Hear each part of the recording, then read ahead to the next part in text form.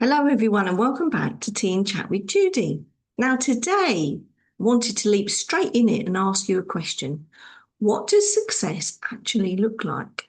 This is a question I've been mulling over in the past few days, wanted to share it over a tea and chat with you. So grab a cuppa. So, 2 years ago, I thought I had a brilliant idea. It involved dogs, Amazon, artificial intelligence, Canva, publishing, and what I was convinced would be a lovely little income stream. Because haven't you just seen all those Facebook ads that goes, you can basically get rich quick. And I was like, oh, I could do with a few extra pounds. Anyway, that sent me off on a thought wave, but I didn't really action on it particularly. And then I found myself creating 42 books, which between all of them have earned me £200 in total. About £5 per book is what I would get paid for these books. And before anybody starts putting in the comments and telling me that £200 is not a business empire, let me assure you, I've already worked that out for myself.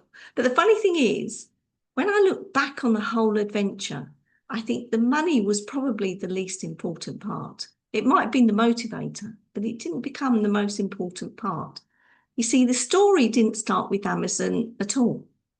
It began with my beautiful golden doodle, Rosie. She's now 10 years old and she is the love of my life.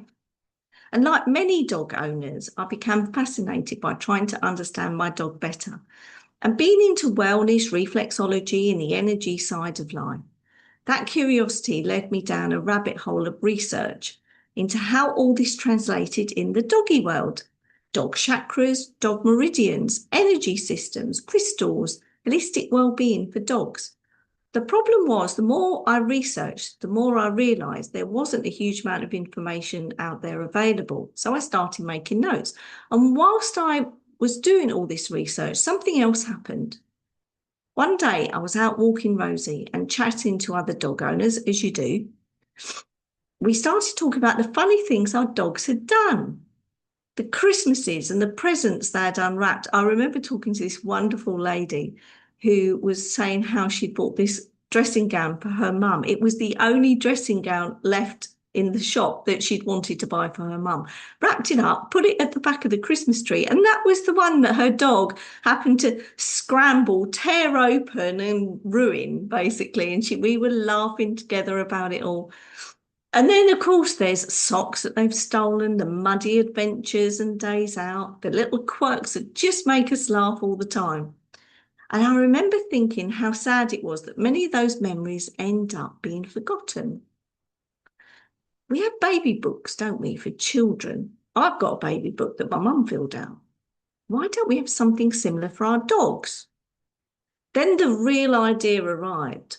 I decided to create a dog autobiography book, written as though the dog was telling its own story, a place where owners could record memories, milestones, photographs, and all those little moments that made their dog special. And eventually, the dog chakras, meridians, crystal research became the bonus sections at the back of the book. I wrote those as well. But the heart of it was always about celebrating the life of a much loved dog. And that's where the trouble and the fun started. Because once you've created one book, it's very easy to convince yourself that creating another would be a good idea. And then another one, and another one. And before I knew it, I wasn't creating one book, I was creating 42 of them. How, you may ask? I created a separate one for every popular breed of dog because every owner loves their dog breed. It could be a mixed breed as well or a rescue dog. I love Rosie because she's a golden doodle. It's what makes her so special to me. So I made a golden doodle book. And then I went on to make all the others. And looking back, that may have been the point at which I slightly lost control of the project. I would spend till past midnight creating images on AI. There was about 120 images in every single book. And I used AI to create those, even though I'd created the rest. And finalising the book ready to upload to Amazon. Now, if you've ever published a book before, let me tell you something. Creating a book is only half the battle. I had to learn Canva. I had to learn AI image creation. I had to learn how Amazon KDP worked. I had to figure out book sizes, page layouts, covers, keywords, categories, and all sorts of things I'd never heard before. And bear in mind that I wasn't 25 and I was not brought up with this technology. So it was a challenge, but a challenge that I was rising to. I was learning it all from scratch. And there were days when I thought I'd cracked it. There were other days when I wanted to throw the computer out of the window. There was quite a lot of those. And little by little, book by book, I worked it out. Now, unfortunately, what nobody tells you is that creating a book and selling a book are two completely different skills. I thought if I created something useful, people would somehow magically find it. Well, they don't. Amazon is a huge marketplace, and unless people know your books are there, they're very easy to miss.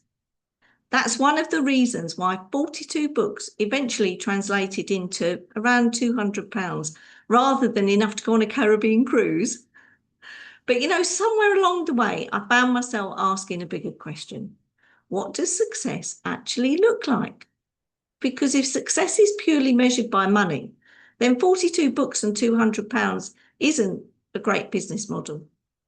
But if success is learning new skills, creating something from nothing, and proving that you're still capable of learning at 60 years old, then perhaps it was successful after all. Would I do it again? Probably not in exactly the same way, but am I glad I did it? Absolutely. It was an adventure. And for me, that made it worthwhile.